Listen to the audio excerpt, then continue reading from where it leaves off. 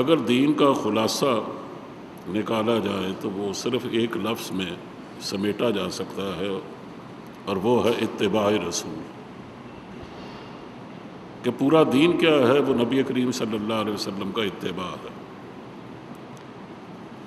اور اتباع کا مطلب یہ ہے کہ آپ کے نقوش قدم پر چلنا، اور جو کچھ آپ نے فرمایا اس پر یقین رکھنا، اور جو کچھ آپ نے کیا اس پر بھی یقین رکھنا، جن باتوں کو آپ نے پسند کیا اس پر پورے یقین کے ساتھ عمل کرنا، اور پھر کسی بھی بات پر عمل کرنے سے پہلے، کسی بات کا فیصلہ کرنے سے پہلے 100 دفعہ سوچنا کہ اس کے بارے میں حضرت صلی اللہ علیہ وسلم نے اور پروردگار نے کیا رہنمائی مہیا فرمائی ہے۔ یہ وہ دین ہے۔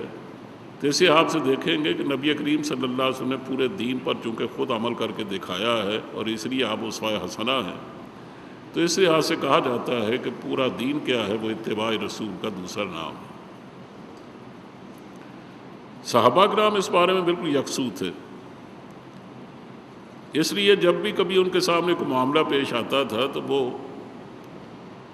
بس ایک ہی حوالہ دیکھتے تھے کہ اس بارے میں قرآن کریم نے کچھ فرمایا ہے یا نبی کریم صلی اللہ علیہ وسلم نے اس سے زائد کچھ بات فرمائی ہے جو قرآن کریم نے نہیں فرمائی۔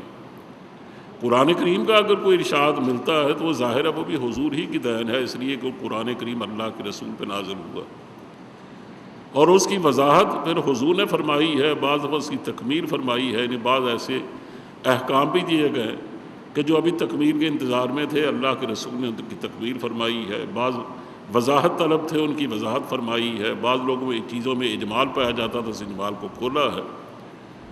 اور یہ تو آپ جانتے ہیں کہ بہت سارے احکام ایسے ہیں دین میں کہ جو صرف تھیوری کی حیثیت رکھتے ہیں، ان کو نبی کریم صلی اللہ علیہ وسلم نے پریکٹیکل ورک عطا فرمایا، اور اس کے مطابق ظاہر حمل کا ہمیں عمل کرنے کا حکم دیا۔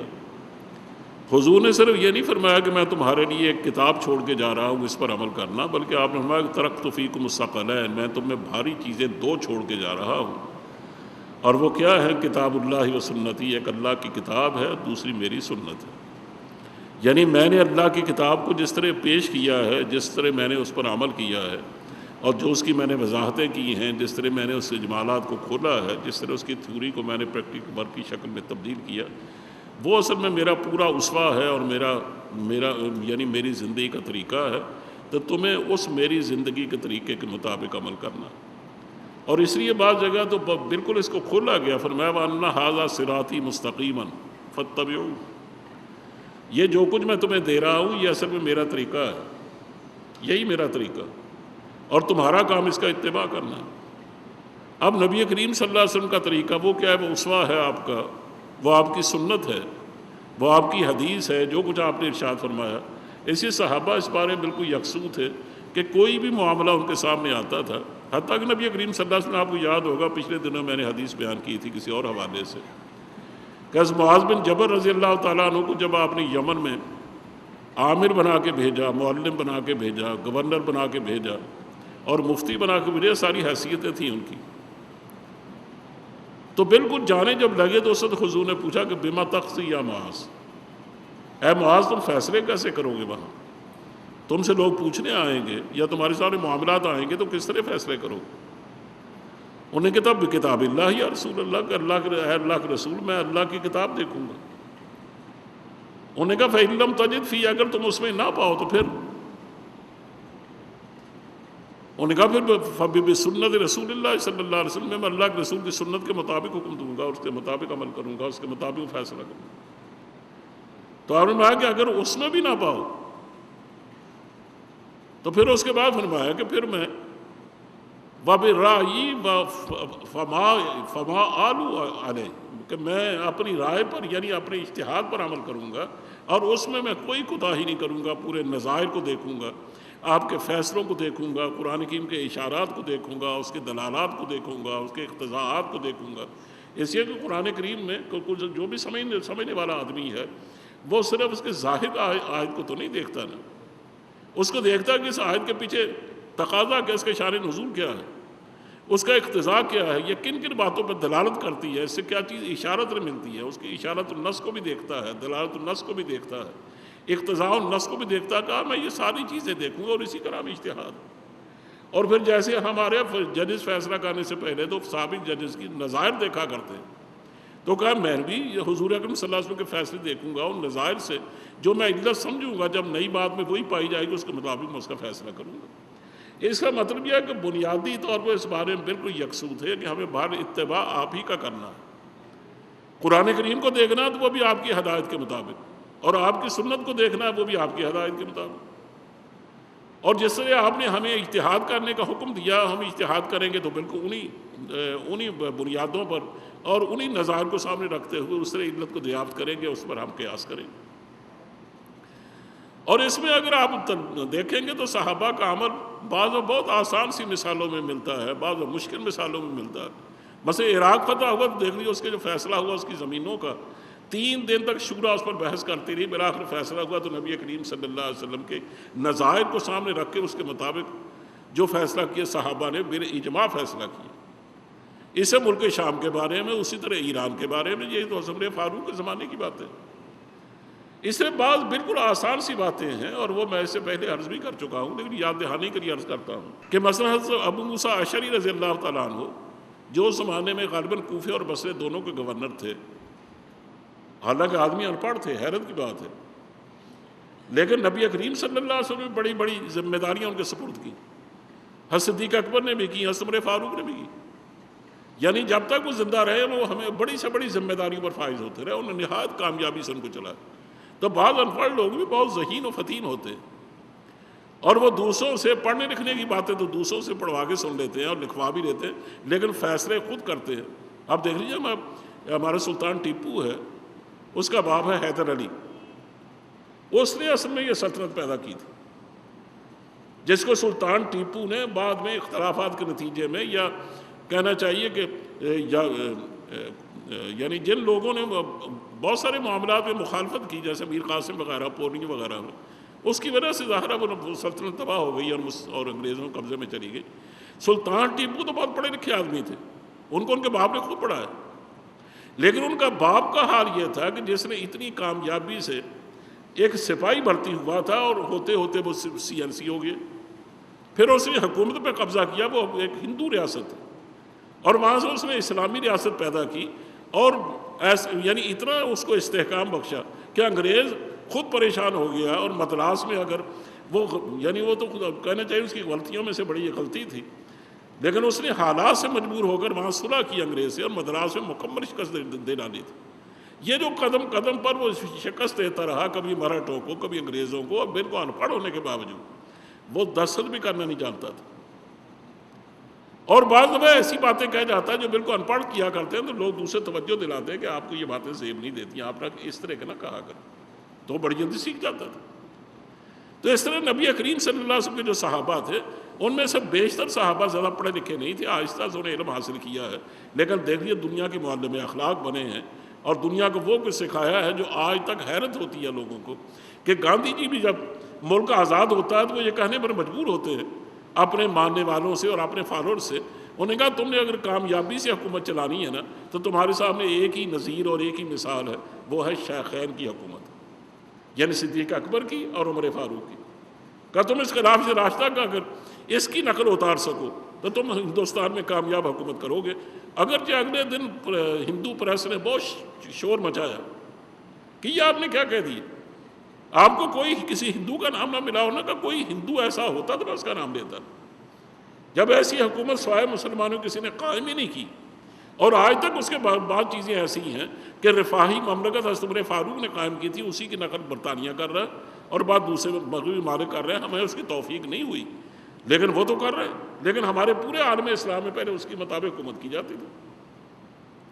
تو خیر کہنا یہ ہے کہ وہ تو اس بارے میں بالکل یکسو تھے۔ اسی ابو موسیٰ اشعری کی مثال میں دینے لگا ہوں کہ وہ نماز کے بعد پہنچے مدینہ منورہ میں، غالباً نماز میں شاید پہنچے، اور نماز کے بعد وہ ملنے کے لیے آئے حضرت عمر فاروق سے۔ اس وہ سرکاری کاموں میں کھو چکے تھے پوری طرح۔ اب انہیں دروازے میں کھڑے ہو کر سلام کہا، کوئی جواب نہیں ملا، دوسری دفعہ کہا پھر کوئی جواب نہ دار، تیسری دفعہ کہا پھر کوئی جواب نہیں، تو آخر واپس چلے گا۔ ظہر میں ملاقات ہوئی تو حضرت عمر فاروق نے پوچھا کہ کب آیا آپ؟ انہوں نے کہا جی میں تو صبح آیا تھا۔ انہوں نے کہا تو پھر مجھ سے کیوں نہ ملے؟ انہوں نے کہا میں صبح حاضر ہوا تھا اور 3 دفعہ نبی کریم صلی اللہ علیہ وسلم کی ہدایت کے مطابق میں نے سلام کہا، آپ نے سلام کا جواب نہیں دیا، واپس چلا گیا۔ چونکہ یہ حدیث بیان کی تھی انہوں نے، تو انہوں نے اس کو مستحکم کرنے کے لیے کہا اس کے گواہ ہے کوئی؟ چنانچہ کئی آدمی نے گواہی دی کھڑے ہو کر کہ ہاں ہم نے نبی کریم صلی اللہ علیہ وسلم خود سنا ہے کہ تم جب کسی کے یہاں جاؤ تو پہلے سلام کہو اور ساتھ کہو ادخل، میں داخل ہو جاؤں، آ جاؤں میں۔ یہ ہے تمہارے کسی سے ملنے کا طریقہ۔ اور اگر وہ جواب نہیں دیتا تو دوسری دفعہ کہو، پھر جواب نہیں دیتا اسی دفعہ کہو۔ اور قرآن کریم نے بھی اس کا ذکر کیا، اور اگر وہ کہہ دے کہ میں نہیں مل سکتا اس وقت تو کہا واپس چلے جاؤ، برا نہ مانو۔ اور یہ بھی کہا کہ اگر وہ جواب نہیں دیتا تب بھی واپس چلے جاؤ۔ کہا اس لیے میں واپس چلا گیا تھا۔ تو میں کہنا صرف یہ چاہتا ہوں کہ دیکھیں یہ بظاہر ایک معمولی سی بات ہے، لیکن نبی کریم صلی اللہ علیہ وسلم کا جو اسوہ ہے وہ ایک طرف گورنر ہے، دوسرا خلیفہ وقت ہے، اور جو بہت بڑا حکمران ہے دنیا کا، لیکن وہ استفادہ کس سے کر رہے ہیں؟ نبی کریم صلی اللہ علیہ وسلم کے معمولی طریقے سے، ارشاد سے آگے کہ وہی ہماری یہ ظاہر ہے کہ مشعل راہ ہے، اس کو ہم نہیں چھوڑ سکتے، چاہے معاملہ چھوٹا ہو، چاہے کوئی بڑا ہو، چاہے میل جول کا طریقہ ہو، چاہے پالیسی کے بنانے کا طریقہ ہو۔ بالکل اس میں سب سے آگے اگر کوئی ہے، جیسے میں نے پچھلے دفعہ عرض کیا تھا، وہ صدیق اکبر ہے۔ جب اللہ نے ان کو خلافت دی، ایک تو یہ ان کی خلافت انعقاد ہوا ہے اس کا تو بالکل اس طریقے سے جیسے نبی کریم صلی اللہ علیہ وسلم نے ارشادات فرمائے تھے، اور مادہ انتخاب کے ذریعے سے تمہارا ایک رہنما بننا چاہیے۔ یہ نہیں کہ میرا قریب کون ہے، میرا دور کون ہے، مجھ سے رشتہ دار کون ہے، اور میں سب زیادہ کس کو کہا، یہ باتیں سپورٹ کرنے والی تو ہیں، لیکن یہ فیصلہ کن چیزیں نہیں ہیں۔ اصل فیصلہ کن چیز کیا ہے؟ وہ رائے عامہ ہے۔ اور ظاہر ہے کہ زمانے کے صحابہ ان کی رائے کا اس لیے زیادہ اعتماد اور زیادہ اعتبار ہے، اس لیے کہ ان میں سے ہر آدمی صاحب الرائے تھے۔ وہ کسی کی خوشامد کرنا نہیں جانتے تھے، کسی کو بلا وجہ سپورٹ کرنا نہیں جانتے تھے، وہ سوائے دین کے اور ان کے یہاں کوئی حوالہ نہیں چلتا تھا۔ وہ جس کو بھی سپورٹ کریں گے ظاہر ہے وہ دین کے اعتبار سے اور دنیا کے اعتبار سے ہر لحاظ سے وہ ان کی رہنمائی کے قابل ہوگا تو اس کو سپورٹ کریں گے۔ اور وہ یہاں تو معاملہ بھی پھر خلیفہ وقت کے انتخاب کا تھا، عام کسی آدمی کے انتخاب کا تو تھا ہی نہیں۔ ایسی انصار بھی آئے اور مہاجرین بھی آئے، اور یہی دو گروہ تھے جو صاحب الرائے گروہ سمجھا جاتا تھا، باقی تو سارے بعد کے لوگ ہیں۔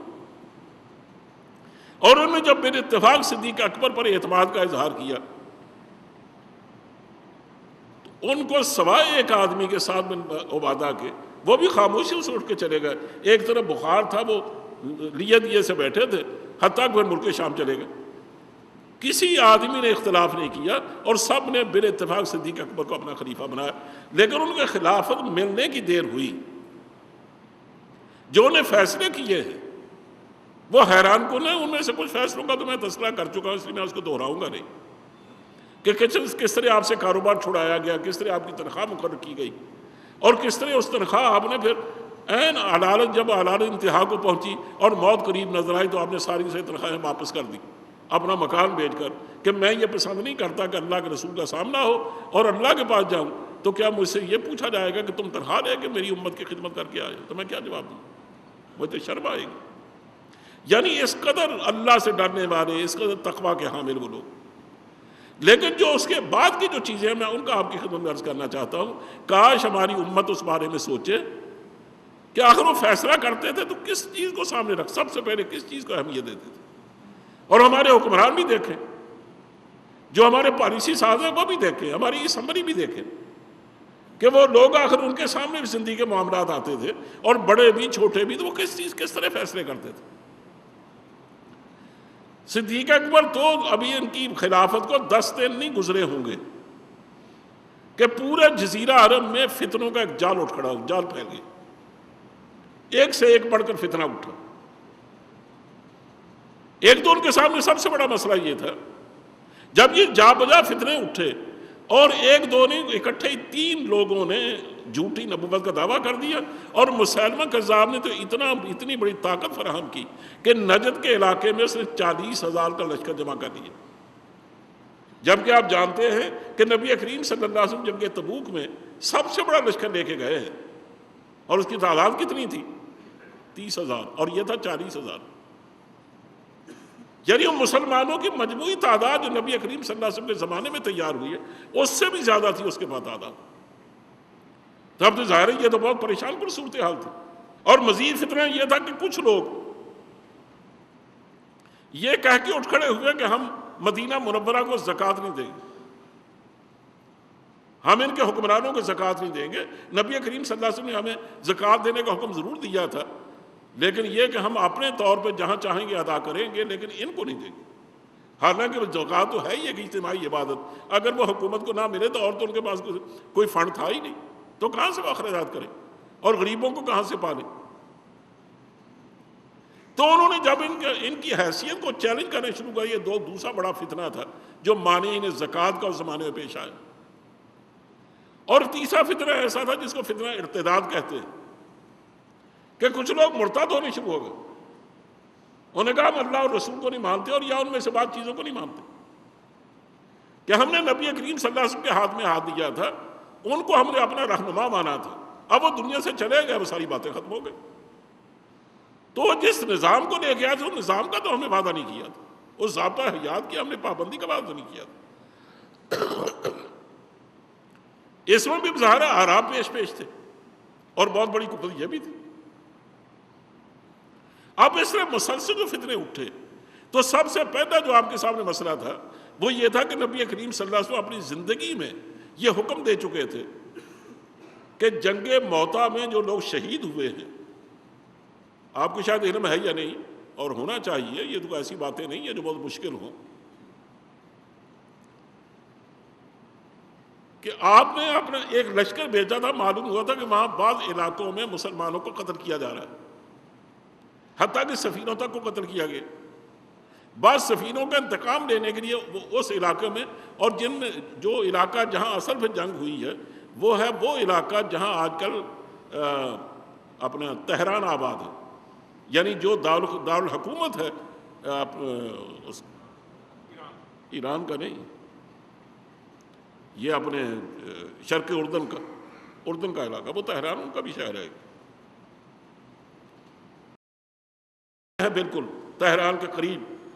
اس زمانے میں اسٹیڈیم تھا، اور آج بھی شاید اسٹیڈیم ہے، وہاں قبریں بھی بنی ہوئی ہیں، اپنے زید بن حارثہ کی بھی، اور جعفر طیار کی بھی، اور حضرت عبداللہ بن رواحہ کی بھی. یہ میدان جنگ تھا، اور یہ علاقہ کہا جاتا ہے موتا. ایسے یہاں جو لوگ شہید ہوئے ان کو شہداء موتا کہا جاتا تھا. حضور نے ان کا انتقام لینے کے لیے، اس لیے کہ وہ جو فوج وہاں گئی، اور اس کا کوئی تصور بھی نہیں تھا کہ خود ان کا بادشاہ، ان کا جو حکمران تھا، وہ خود فوجیں لے کے چلا آئے گا. اس نے اپنے بھائی کو بھیجا، وہ 1,00,000 فوج لے کے آگے آیا، اور 1,00,000 پیچھے لے کے وہ بیٹھا تھا کتب انتظار میں کہ ضرورت پڑی تو ہم اس کو بھیج دیں گے. چنانچہ 1,00,000 سے ٹکرانا پڑا صرف 3,000 کے لشکر کو. یہ تینوں شہید ہو گئے باری باری. سب سے پہلے زید بن حارثہ رضی اللہ تعالیٰ عنہ، اس کے بعد حضرت جعفر طیار جو حضرت علی کے بڑے بھائی ہیں، پھر اس کے بعد حضرت عبداللہ بن رواحہ. یہ یکے بعد دیگرہ تینوں جب شہید ہوئے تو تب ان کی کمان سنبھالی حضرت خالد بن ولید نے. وہ اس عام سپاہی کے طور پر لڑ رہے تھے، اور یہی وہ جنگ ہے جس میں خالد بن ولید کے ہاتھوں میں 8 تلواریں ٹوٹی، اور 3 دن تک مسلسل جنگ ہوتی رہی، نہ سونا نصیب نہ کھانا نصیب. حتیٰ کہ 3 دنوں کے بعد وہ فوج پسپا ہونے لگی آہستہ آہستہ پیچھے. اور ان لوگوں نے جب دیکھا کہ یہ لوگ پیچھے جا رہے ہیں تو یہ بھی پیچھے ہٹنے لگے. اس طرح خالد بن ولید نے اپنی فوج کو نکال دیا، اور چند آدمی شہید ہوئے، باقیوں کو زندہ حالت میں واپس آنے میں کامیاب ہو گئے. یہ ایک بہت بڑا مارکا تھا، لیکن اس نے ملک شام کو ہلا کے رکھ دیا. انہوں نے کہا غرض خدا کا کہ 3,000 کا لشکر اور ہماری 2,00,000 فوجی نے ان کے مقابلے میں، اور پھر بھی ان کو شکست نہیں دے سکے، تو یہ کوئی بلائیں ہیں، کوئی جنات ہیں، یہ کیا ہے یہ لوگ. اور یہی وجہ ہے کہ جنگ تبوک میں جب نبی کریم صلی اللہ علیہ وسلم صرف 30,000 کا لشکر لے کے گئے ہیں، تو ان کے بادشاہ نے یہی کہا کہ جب ان کے عام لوگ 3,000 کا لشکر لے کے آئے تھے اور ہماری 1 یا 2 لاکھ فوج ان کا کچھ نہیں بگاڑ سکی، تو اگر پیغمبر خود آیا ہے اور اس کے 3,000 کی بجائے 30,000 کا لشکر ہے، تو اگر یہ لوگ ہمارے ملک میں داخل ہو گئے ہمارے ملک کا تختہ الٹ ڈالیں گے۔ اس لیے ان سے پناہ لینی چاہیے کہ ہم ان کی سرحدوں سے پیچھے ہٹا لیں اپنی فوجیں۔ حالانکہ حضور کی اطلاع صحیح تھی کہ وہ لوگ سرحدوں سے آگے بڑھنا چاہتے تھے، لیکن حضور جب وہاں پہنچ گئے انہیں پسپائی اختیار کی۔ حضور نے بھی آگے بڑھنا پسند نہیں کیا، اس لیے کہ آپ جانتے تھے کہ ابھی اتنی طاقت ہمارے اندر نہیں آئی کہ ہم پورے ملک کو بدل ڈالیں اور ملکوں کے حالات بدل ڈالیں۔ اس لیے حضور نے عافیت اسی میں عقل مندی سمجھی کہ یہاں رہ کر اپنی سرحدیں محفوظ کر کے مجھے واپس جانا چاہیے۔ اسے جو چھوٹے موٹے نواب تھے ان کی طرف خالد بن ولید کو یا دوسرے تیسرے لوگوں کو کل چھوٹے لشکر دے کے بھیجا کہ جا کر ان کو اپنی اسلامی حکومت میں شامل کرو، اور بعض قبائل ایسے تھے کہ جو ابھی مسلمان نہیں ہوئے تو ان کو مسلمان کیا، اور بعض عربی قبائل جو انہوں نے اس وقت کلمہ نہیں پڑھا لیکن انہوں نے وفاداری کا عہد کیا حضرت خالد بن ولید سے۔ اس طرح اپنی سرحدیں محفوظ کرنے کے بعد حضور واپس تشریف لے آئے۔ لیکن یہ جو جنگ موتا کے شہداء کا معاملہ تھا، اس کا ابھی انتقام نہیں لیا جا سکا تھا، تو نبی کریم صلی اللہ علیہ وسلم نے اپنی عدالت کے زمانے میں حکم دیا، 3,000 کل فوجی ہم اس مدینہ منورہ میں تھے، ان کو حکم دیا کہ اور ان کا جرنیل بنایا حضرت اسامہ کو۔ حضرت اسامہ کو اس لیے کہ وہ زید بن حارثہ کے صاحبزادے تھے، ان کو جرنیل بنایا۔ بعض لوگوں نے اعتراض بھی کیا کہ وہ تو کوئی 17 سال یا 19 سال کے نوجوان ہیں، اور پھر یہ ان کو تجربہ بھی نہیں ہے، ایک بالکل بے تدبیر سے آدمی ہے، کوئی اس سے پہلے کوئی ایسا بڑا واقعہ نہیں ہے یا کسی بڑی جنگ میں شریک نہیں ہو سکے، تو ان کو کیوں اتنی بڑی ذمہ داری سونپی جا رہی ہے؟ لیکن حضور نے حکم جاری فرمایا کہ یہی جائیں گے اور ان کے علاوہ دوسرا کوئی نہیں جائے گا۔ بڑے بڑے صحابہ کو اپنے پاس روکا۔ ابھی وہ 3 میل نکل کر وادی جرف میں پہنچے تھے، جب حضرت صلی اللہ علیہ وسلم کی خطرناک عدالت کی اطلاع ملی، وہاں وہ رک گئے۔ اسی دن حضور نے انتقال فرمایا۔ اب دیکھیں نا، حضرت اسامہ کے مقرر کرنے اور ان کے تقرر میں حضور کا حکم شامل ہے، اس فوج کی روانگی میں حضور کا حکم شامل ہے، ان کو انتقام کے لیے جانے کا حکم دیا جا چکا۔ اس کے بعد حضور نے انتقال فرمایا، اور اسی دن اس کے دوسرے دن حضرت ابوبکر صدیق کو خلیفہ بنا لیا گیا۔ اب انہیں ظاہر ہے کہ لوگوں کو مشورے سے پالیسیاں بنانا شروع کر دی۔ تو سب سے پہلا جو انہیں حکم جاری کیا وہ یہ تھا کہ یہ جنگ اور یہ جس لشکر کو حضور نے روانی کا حکم دیا تھا یہ لشکر جائے گا۔ حضرت عمر فاروق کو انصار نے اپنے پاس بلایا، مہاجرین بھی جمع تھے۔ انہوں نے کہا کہ نبی کریم صلی اللہ علیہ وسلم نے جو حکم دیا وہ سارا آنکھوں پر، لیکن باعث کو سب حضور زندہ تھے۔ اب حضور زندہ نہیں ہے، حضور تو اللہ کو پیارے ہو گئے۔ اب ان معاملات کو خود ہم نے دیکھنا ہے کہ ظاہر ہے کہ وہ بڑی شخصیت ہمارے اندر نہ رہی جس کی وجہ سے ہم کوئی بھی فیصلہ کرتے اللہ اس کو برکت دیتا تھا۔ اب تو سوچ سمجھ کے ہمیں قدم آگے بڑھانا چاہیے نا۔ اس لیے اتنی بڑی طاقت کے مقابلے میں 3,000 کا لشکر بھیجنا، اور وہ بھی جب کہ چاروں طرف ہمیں فتنے اٹھتے ہوئے دکھائی دیتے ہیں، اور مسلمہ نے اتنی بڑی طاقت فراہم کر دی اور بار بار چیلنج کر رہا ہے۔ فتنہ ارتداد الگ مصیبت ہے، مانع زکوٰۃ الگ پیدا ہو گئے ہیں، ہمیں ان سے بھی الجھنا ہے۔ اس لیے یہ اسٹینڈنگ آرمی ہے ہمارے پاس 3,000 کی، اگر ہم ان کو بھیج دیا تو پیچھے ہم کیا کریں گے؟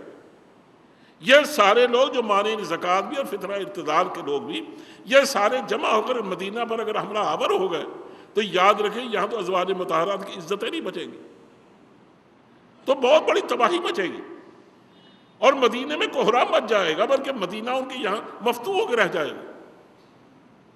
حضرت عمر فاروق نے انہیں سمجھایا اور وہ قائل ہو گئے۔ انہوں نے کہا جا کے خلیفہ وقت کو سمجھائیے کہ آپ یکے بعد دیگرے ان معاملات سے الجھنے کی کوشش کریں، ابھی اس اسٹینڈنگ آرمی کو روک لیں۔ اب دیکھیے کتنا بڑا فیصلہ ہے یہ، لیکن اس کے پیچھے اس کے جواب میں صدیق اکبر نے جو کہا میں وہی آپ کو سنانا چاہتا ہوں۔ حضرت عمر فاروق نے آ کر یہ کہا کہ آپ اس فوج کی روانگی کو روک لیجئے۔ آپ نے فرمایا کہ جس فوج کی روانگی کا حکم حضور دے گئے ہیں کیا ابو قحافہ کا بیٹا اسے روک لے؟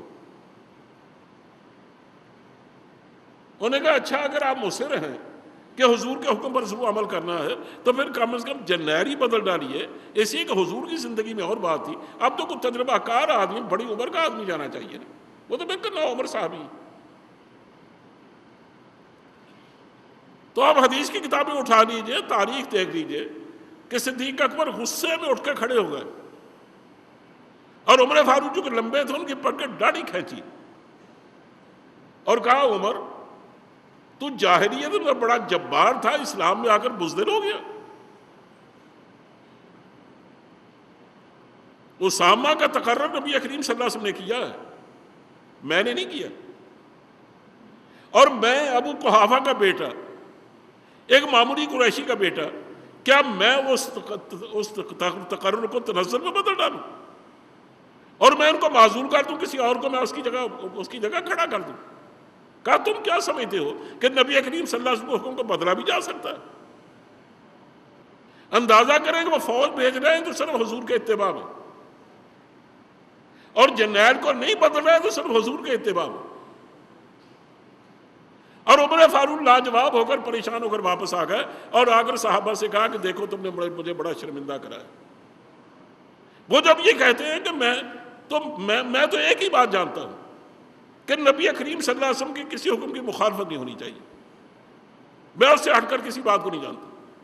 تم ہزاروں حکمتیں میرے سامنے رکھو گے، ہزاروں تدبیریں لاؤ گے، میں ان کا بھی انکار نہیں کرتا، لیکن میں حضور کے ارشاد کو اور اس کی تعمیر کو چونکہ دین سمجھتا ہوں تو میں اس کا کیا کروں؟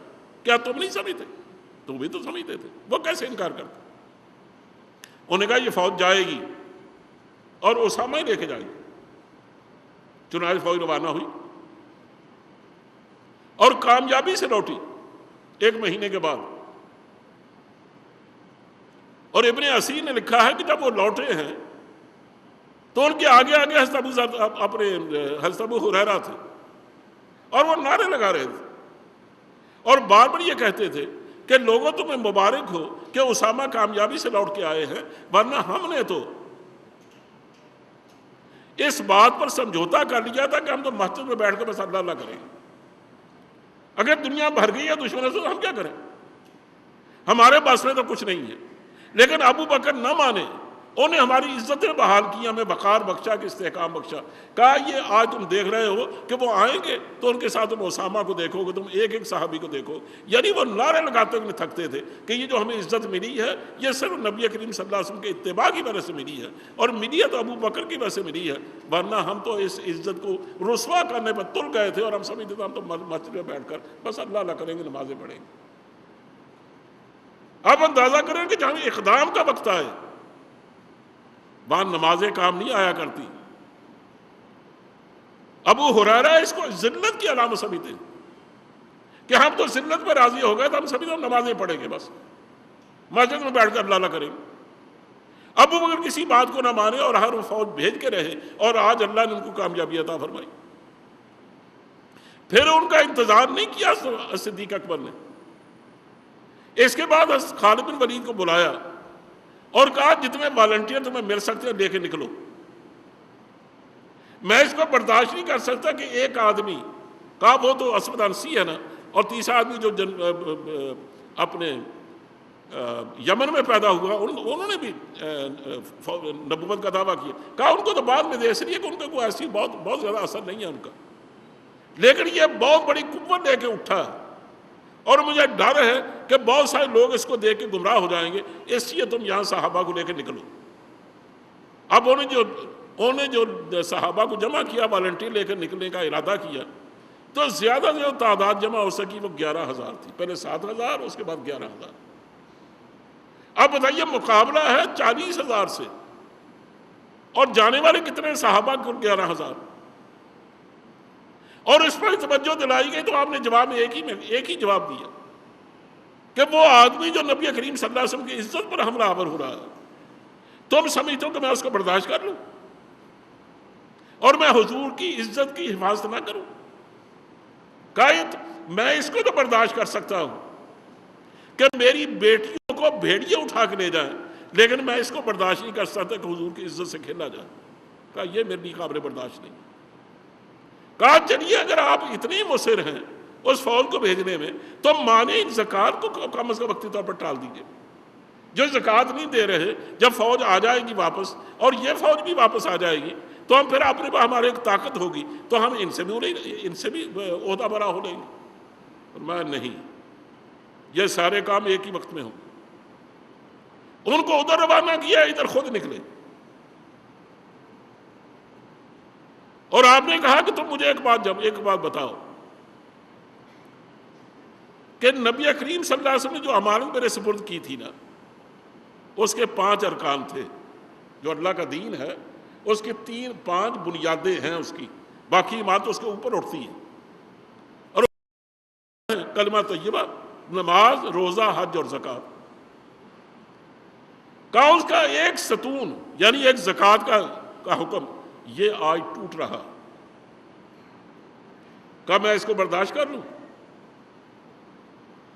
تو کل دوسرا بھی ٹوٹے گا، پرسوں تیسرا گرے گا، اور ترسوں چوتھا بھی گر جائے گا، تو پورا دین تباہ ہو جائے گا۔ تو کیا تم چاہتے ہو میں حضور کے ساتھ کیا منہ لے کے جاؤں حضور کے پاس کہ میں اس دین کو برداشت نہیں کر سکتا؟ آپ کا جو جملہ، میں پہلے بھی کئی دفعہ اس کا ذکر کر چکا ہوں، آپ نے کہا کہ اَيُنْقَصُ الدِّينُ وَأَنَا حَيٌّ، کیا دین میں کمی کی جائے اور میں زندہ رہوں؟ یہ نہیں ہو سکتا۔ اگر میں زندہ ہوں تو دین کم نہیں ہوگا، یعنی یہ 5 ارکان باقی رہیں گے اور ان میں سے کوئی ایک رکن نہیں گرے گا، اور اگر ان میں سے کوئی رکن گرتا تو پھر میری زندگی باقی نہیں رہے گی۔ میں اس پر جان دے دوں گا لیکن اس ستون کو نہیں گرنے دوں گا۔ چنانچہ اس کو بھی نہیں گرنے دیا گیا لوگوں کو، حتیٰ کہ زکوٰۃ دیتے ہوئے اگر کوئی آدمی وہ زکوٰۃ میں وہ سیبہ دیتا تھا جسے ان کا گھڑنا باندھا جاتا ہے، وہ بھی کسی نے دینے سے انکار کیا تو اس کے خلاف بھی قتال کیا، وہ بھی وصول کیا لوگوں سے۔ یعنی کوئی بات ایسی نہیں چھوڑی کہ جو اللہ کے دین نے، اللہ کے رسول نے دین کے حوالے سے حضور کے ان کے سپرد کی ہو اور اس پر عمل نہ کیا گیا۔ یہ جو خالد بن ولید 11,000 کا لشکر لے کے گئے، تو باقاعدہ پہلے ایک میدان میں، پھر ایک باغ میں لڑائی ہوئی، اور باغ جو عرب کے جانتے ہیں ان کے چاروں طرف ایک 4 دیواری ہوتی، اس کے اندر لڑے۔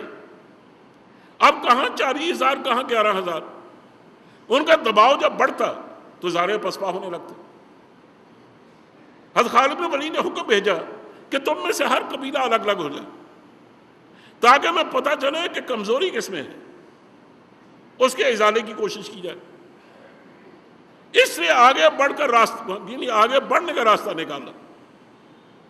لیکن عجیب فیصلے اللہ کے کہ حضرت وحشی، جنہوں نے حضرت حمزہ کو شہید کیا تھا جنگ احد میں، وہ اس زمانے میں غلام تھے اور ان سے آزادی کا وعدہ کیا گیا تھا، اور یہ کہا گیا تھا کہ تم یہ جو غلام ہیں ان کو پاس ایک حربہ ہوتا تھا کہ وہ چھوٹا سا ایک خنجر رکھتے تھے اور وہ چھپ کر اس کا وار کرتے تھے بڑی مہارت سے، اور وہ پورا آدمی کے جسم سے پار نکل جاتا تھا، اتنا تیز ہوتا تھا۔ انہیں ایک کھائی میں اپنے آپ کو چھپا رکھا تھا۔ جب حضرت حمزہ وہاں پہنچے تو انہوں نے چھپ کے وار کیا اور یہاں سے لگا تو دوسرے میں نکل گیا، تو پورا پیٹ پھٹ گیا۔ آپ نے پلٹ کر اس پر حوال کرنا چاہا، لیکن چونکہ جسم 2 حصوں میں تو بڑھ چکا تھا، اس لیے جسم نے ساتھ نہیں دیا تو آپ گر گئے۔ اب وہی وحشی جب مکہ معظمہ فتح ہوا اور حضور کی خدمت میں آئے اور اسلام قبول کیا، تو حضور نے صرف اتنا پوچھا کہ وحشی تم نے قتل کیا تھا حمزہ کو؟ انہوں نے کہا جی۔ انہوں نے کہا کس طرح کیا تھا؟ انہوں نے پورا واقعہ سنایا کہ مجھ سے یہ وعدہ کیا گیا، پھر مجھے آزادی دی گئی، فلاں آدمی نے یہ کہا، فلاں آدمی نے یہ کہا، اور بالآخر یہ حربہ میں نے استعمال کیا، اس طرح میں نے ان کو شہید کیا۔ آپ کی آنکھوں سے آنسو جاری ہوگا۔ آپ نے صرف اتنا فرمایا کہ وحشی آج کے بعد میرے سامنے نہ آنا، مجھے اپنا چچا یاد آتا ہے کہ میں تمہارا ایمان قبول کرتا ہوں لیکن میرے سامنے نہ آنا۔ چنانچہ وہ پھر ملک شام چلے گئے۔ لیکن جب ان کو پتا چلا نا کہ یہ ایک فیصلہ کن لڑائی ہو رہی ہے، اور میں اگر آج ایک دعوے دار نبوت کو قتل کرنے میں کامیاب ہو جاتا ہوں، جیسے جعلی نبوت کا دعویٰ کر رکھا ہے، تو میں حضور کی روح کو ضرور آرام پہنچاؤں گا۔ چنانچہ وہاں وہ پہنچے اور وہاں بھی چھپ کے بیٹھے، اور وہاں نے وہی حربہ پھینکا اس کی طرف اور اس کو قتل کرنے میں کامیاب ہو گئے، یعنی اس کو زخمی کیا، پھر دوسرے کی صحابی نے آگے بڑھ اس کا سر اتار دیا۔ اس سے مسلمہ کذاب کے قتل ہونے کی دیر تھی کہ لوگ پھر بکھرنا شروع ہو گئے۔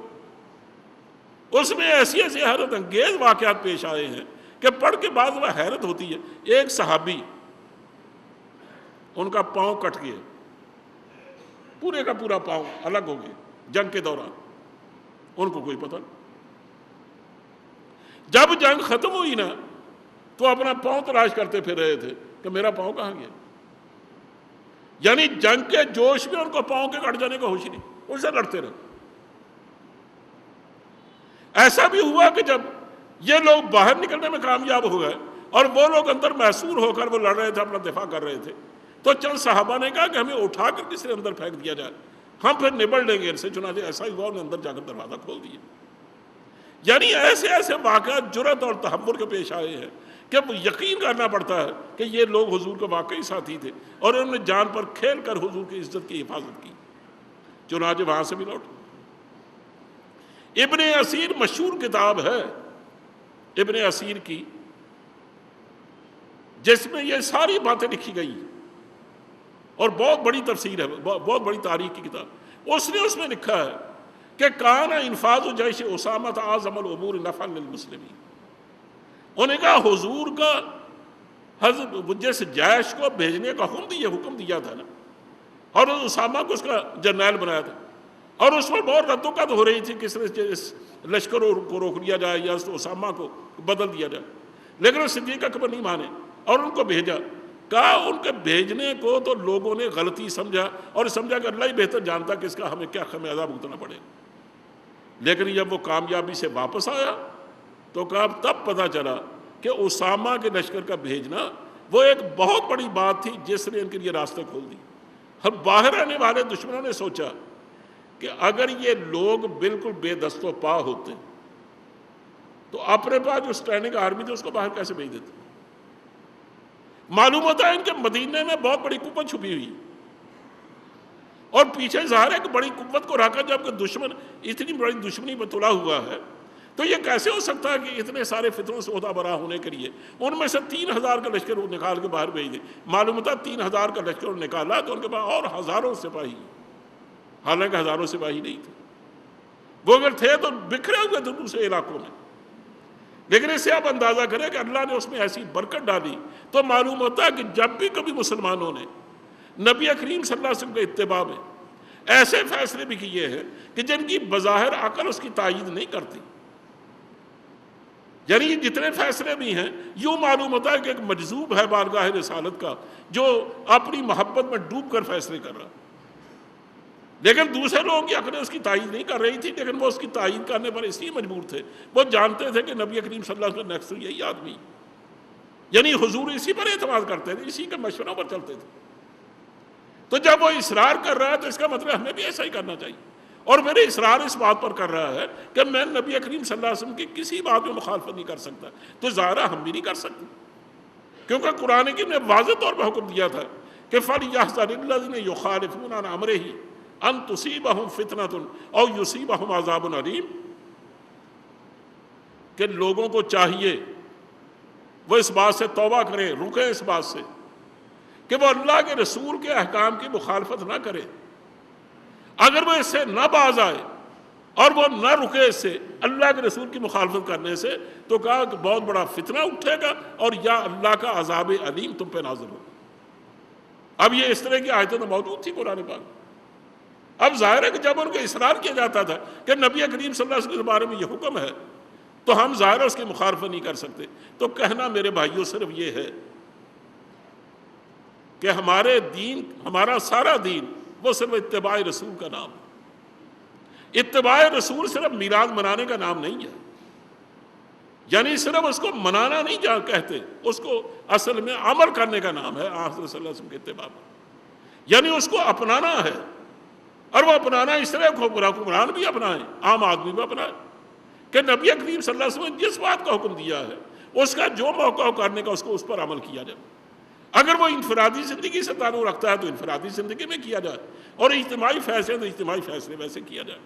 اور اگر وہ حکومت کی سطح کے فیصلے ہیں تو جو ہمارا سربراہ اعلیٰ ہے اور جو بھی یا چیف جسٹس یا اپنا ہمارا وزیر اعظم ہے یا ہماری اسمبلیاں جہاں بھی فیصلے ہوتے ہیں ان کے مطابق فیصلہ کرتے ہوئے سامنے کچھ چیز رکھی جائے تو صرف حضرت صلی اللہ علیہ وسلم کا اسوہ اور آپ کا زندگی کا نمونہ اور آپ کے احکام کہ اگر آپ نے واضح طور پر کسی کا حکم جاری کیا ہے تو پھر ہمیں اس سے پس و پیش کرتے ہوئے 1000 دفعہ سوچنا چاہیے کہ کہیں ایسا نہ ہو کہ اللہ کا عذاب ہی ٹوٹ پڑے.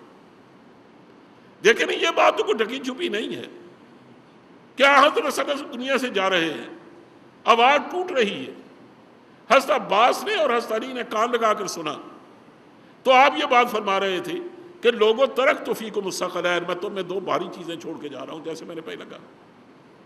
اور وہ کیا ہے؟ کتاب اللہ و سنتی, ایک اللہ کی کتاب اور میری سنت ہے. میں نے اسی کو برپا کیا ہے اس وطن میں اور اس عرب میں, اور تم اسی کو لے کر دنیا کے کونے کونے میں پھیل جاؤ, لوگوں کو جا کے منواؤ اور سمجھاؤ بھی, اور پھر اسی کو برپا کرنے کی اور اسی کے مطابق زندگی بدلنے کی, انفرادی میں اجتماعی زندگی کے فیصلے کرنے کی بھی تمہیں اصل میں اس کا حکم دیا, اور یہ میری سنت ہے, تم اس کے پابند بنائے گئے ہو, اور یہ امانت ہے جو میں تمہارے سپرد کر کے جا رہا ہوں. میرے بھائیوں, ہمارے ذمے یہ امانت ہے, اور ہم اس کے کل کو اللہ کے سامنے جا کر جواب دہی پر مجبور ہیں. اگر نمازوں میں کمی رہ جائے, خدا نہ کرے, نماز میری برائی ہے نوافل پڑھنے میں, اللہ اس کو تو شاید معاف کر دے, حقوق اللہ کو ہی بعض دفعہ اللہ ہو سکتا ہے معاف کر دے, لیکن یہ معاملہ ایسا ہے جس میں زندگیاں بدلتی ہیں اور جس کا تعلق ہمارا مقصد زندگی سے ہے. اگر اس میں کمی بیشی رہ جاتی ہے نا تو یقین جانیے ہماری تہجدیں اس کا بدل نہیں بن سکتی. ہماری کوئی اور ان لوگوں کا خیر, ان لوگوں کی تو میں کیا بات کروں کہ جب تہجدیں جن کو نصیب ہے وہ بڑے خوش نصیب لوگ ہیں کہ پھر بھی چل تہجدیں تو پڑھتے ہیں, لیکن کتنے ایسے لوگ ہیں کہ نماز بھی نصیب نہیں اور ہمارے سروں پر مسلط ہے اور پالیسیاں وہی بناتے ہیں اسمبلیوں میں. آپ نے اس سے پہلے رپورٹیں پڑھی ہوں گی کہ اسمبلیوں کی بہت بڑی اکثریت ہے جو شراب نوش ہے, اور جن کی یہاں باقاعدہ لڑکیاں پہنچتی ہیں جن میں سارے شرعی جرائم پائے جاتے ہیں, اور وہ معاشرہ اسمبلیوں بیٹھے اور وہی فیصلے کرنے والے ہیں. انہی کا فیصلہ ہم سمجھتے ہیں کہ وہ دین پر بھی غالب ہے. تو اگر ہمارا یہی حال ہے تو پھر اللہ ہی بہتر جانتا, اور اللہ کے رسول کی مخالفت کسے کہتے ہیں. ایسے یہ جو پاکستان ہے یہ بہت بڑی نعمت ہے اللہ کی جو ہمیں اللہ نے دی تھی, اور دی تھی کس بنیاد پر؟ اللہ کے دین کے نام پر. لیکن ہم اس میں بدلنا چاہتے تھے نظام کو, کہ ہم بدلنا چاہتے تھے نظم مے خانہ تمام, اور آپ نے بدلا ہے لیکن ایک مے خانے کا نام. یہ تو کوئی بات نہ ہوئی کہ ہندوستان کے بجائے آپ نے اس کا نام پاکستان رکھ دیا. اس کے لیے تو یہ اتنی بڑی قربانیاں نہیں دی گئی تھی. 10 لاکھ انسان قتل ہوئے کو معمولی بات ہے, 65,000 عزتیں رسوا ہوئی, اور یہ اتنی بڑی قربانیاں دی تو کیوں دی تھی ہم نے؟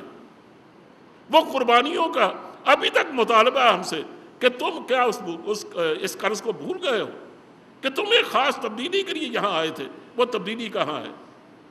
اب تو میرے خیال میں خواب و خیال ہو کے رہ گئی ہے. پہلے کوئی اسلام کا نام لیتا, تو اسمبلی میں کوئی اسلام کا نام لینے والا بھی نہیں ہے. اللہ تعالیٰ ان باتوں کو قبول فرمائے, اور اللہ ہمیں کچھ توفیق عطا فرمائے. وآخر دعوانا ان الحمد للہ رب العالمین.